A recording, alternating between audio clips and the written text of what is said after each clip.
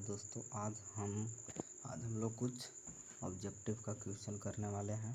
देखिए, जैसे कि आप पहला क्वेश्चन देख सकते हैं। पहला क्वेश्चन क्या है आपका, यदि इफ साइन थीटा बराबर कॉस थीटा तो थीटा का मान निकालना है। तो देखिए कैसे निकालेंगे। साइन थीटा बराबर कॉस थीटा है, यानी कि साइन थीटा बराबर है कॉस थीटा के। तो आप लोग ऐसे ही जानते हो कि यहाँ तो थीटा 45 डिग्री का इक्वल आता है, क्योंकि साइन 45 भी 1/√2 और कॉस 45 भी 1/√2 ही होता है। या तो फिर ऐसे समझ सकते हैं आप लोग। देखिए, जैसे कि जैसे ऐसे हो गया। देखिए ध्यान से, साइन थीटा बराबर कॉस थीटा। तो इसको क्या कीजिए कि साइन थीटा और कॉस थीटा को इधर ला देंगे नीचे बट्टा में, और उधर बच जाएगा 1। तो अब यहाँ से दोस्तों क्या करने वाले हैं, साइन थीटा बटा कॉस थीटा तो tan थीटा होता है, tan थीटा बराबर 1, अर्थात थीटा बराबर 45 डिग्री।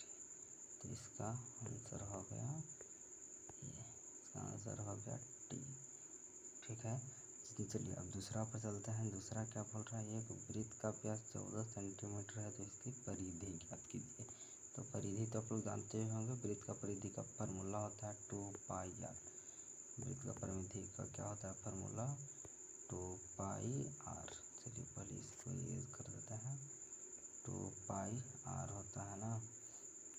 ओके, एक मिनट। अच्छा, यहाँ चलते हैं, सकते हैं। वृत्त का परिधि का फार्मूला तो आप लोग जानते ही होंगे। वृत्त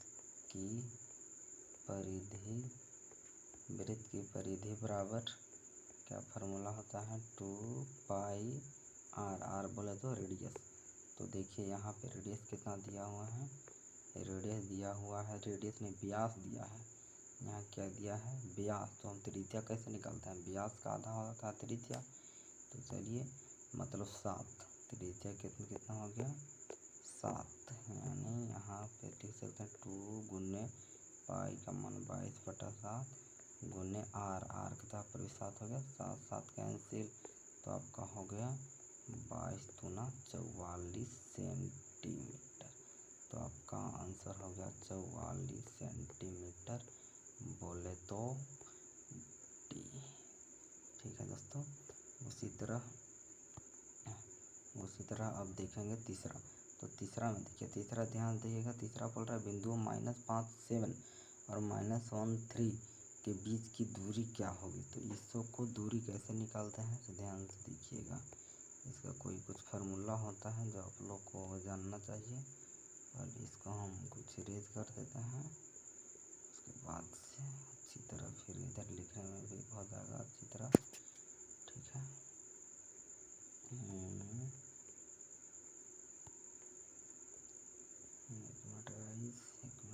एक minute please wait for 1 minute. Okay, चलिए देखिए क्या बोल रहा है। तीसरा क्वेश्चन है -57 एंड -13 के बीच की दूरी क्या होगी। तो बीच की दूरी कैसे निकलता है दोस्तों, बीच की दूरी किस फार्मूला होती है, बीच की दूरी बराबर क्या फार्मूला होता है, बीच की दूरी बराबर फार्मूला होता है x1 माइनस x2 का होल स्क्वायर और प्लस y1 माइनस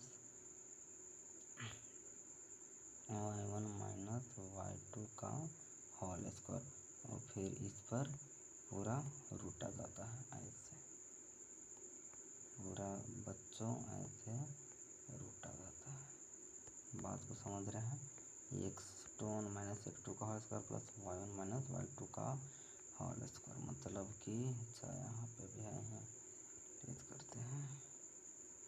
मतलब आपको हो जाएगा, चिंता मत कीजिए। अब देखिए यहाँ से आप लोग पहले इसको इरेज कर देते हैं, यानी कि एक minute guys.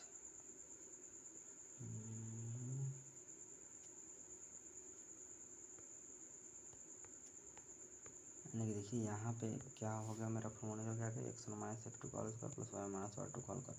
x1 minus 5, x1 हो जाएगा आपका -5, y1 हो जाएगा 7 और x2 हो जाएगा -1 और y2 हो जाएगा 3। तो मतलब यहाँ से हम निकाल सकते हैं, तो चलिए निकालते हैं यहाँ से पहले। मतलब देखिएगा ध्यान से, ये -5 -1 तो +1 हो जाएगा का होल स्क्वायर प्लस 7 -3 का होल स्क्वायर -3 का होल स्क्वायर, फिर इस पर पूरा पर रूट है। चलिए इसको सॉल्व करने का प्रयास करते हैं। तो कितना हो जाएगा देखिएगा, -5 + 1 तो 4 का स्क्वायर हो जाता है, -5 और 4 का स्क्वायर तो 16 हो जाएगा, 4 का स्क्वायर ये भी 16 हो जाएगा, और 16 मिलाकर तो 32 हो जाता है। 32 का अगर हम निकालेंगे बाहर तो हो जाता है 4√2, मतलब आपका आंसर हो गया 4√2। ओके, चलिए आगे चलते हैं। आगे देखिएगा, यदि द्विघात बहुपद px² + ax + 0 का मूल है तो bx² - 4ac = 0। देखिए तो ये तो फार्मूला ही होता है, मूल का फार्मूला क्या होता है, देखिए ये वाला होता है, ये वाला सूत्र, मतलब b² - 4ac = 0। आप लोग को याद कर लेना है, मतलब इसका राइट आंसर हो जाएगा मतलब इसका राइट आंसर क्या हो जाएगा, ये हो जाएगा इसका राइट आंसर, इसका राइट आंसर आपका ये हो जाएगा b² - 4ac। ओके गाइस,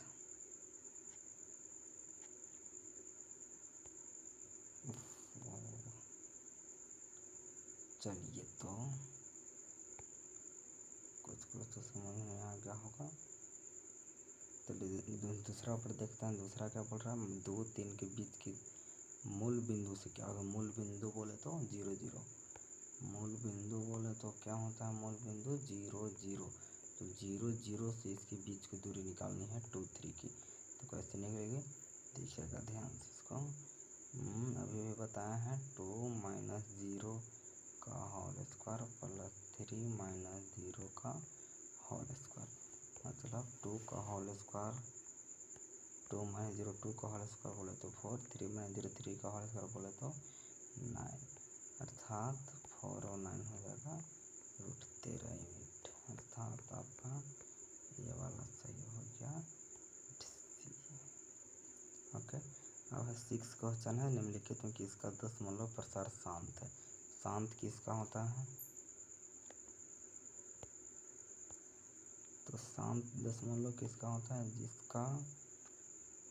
जिसका डिनोमिनेटर में, मतलब जिसका हर में अगर केवल 2 और 5 के अलावा कोई और फैक्टर नहीं आवे तो उसको बोलते हैं शांत। जैसे देखिए मान लेते हैं 8 है इसमें, तो 8 को करके देखते हैं कितना आता है। जैसे देखिए, जैसे हम अगर 8 का हम फैक्टर निकालते हैं तो कितना आता है, 2 × 2 × 2, केवल इसमें 2 आ रहा है, 2 कुछ भी आ ही नहीं रहा, तो ये हो जाएगा शांत, ये वाला क्या हो जाएगा शांत।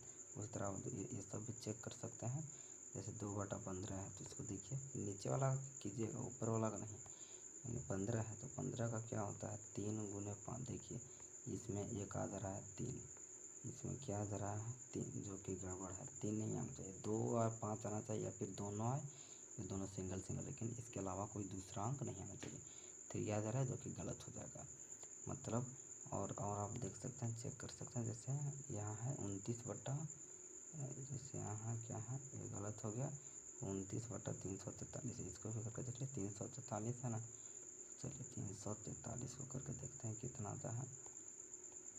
343 को 7 से लगाइएगा तो 3 × 7 आ जाएगा ऐसे। तो देखिए यहाँ भी आ जा रहा है 7, जो कि गड़बड़ है, 7 नहीं केवल 2, 5 आना चाहिए, मतलब ए भी ऑप्शन आपका गलत हो गया, सी ऑप्शन भी आपका गलत हो चुका है। वैसा डी भी चेक कर लीजिएगा, ये भी गलत होता है, मतलब आपका सही ऑप्शन रहेगा ए। चलिए अगला है बिंदुओं -2, 3 और 4 एक को मिलाना और रेखाखंड का मध्य बिंदु का नियम क्या होगा। तो मध्य बिंदु कैसे निकलता है, -2 + 4/2 और y वाला फिर ले लो 3 + 1/2, 3 + 1/2 यहाँ से निकाल दीजिए कितना हो जाएगा, 4 - 2 2/2 हो जाएगा ना, इधर हो जाएगा 4/2, मतलब 2 2 कट के 1 आ जाएगा, यहाँ से 2 आ जाएगा, मतलब 1 और 2 आपका राइट आंसर हो गया। 1 और 2 आपका राइट आंसर हो जाएगा। और 8 लंबवृत्तीय बेलन की त्रिज्या r तथा ऊंचाई है तथा वक्र पीठ दिए तो सूत्र ही है 2πr जिसका होता है 80 60 डिग्री का मान। तो आप लोग को याद है cos 60 का होता है 1/2, sec 60 का केवल 2 हो जाएगा। चलिए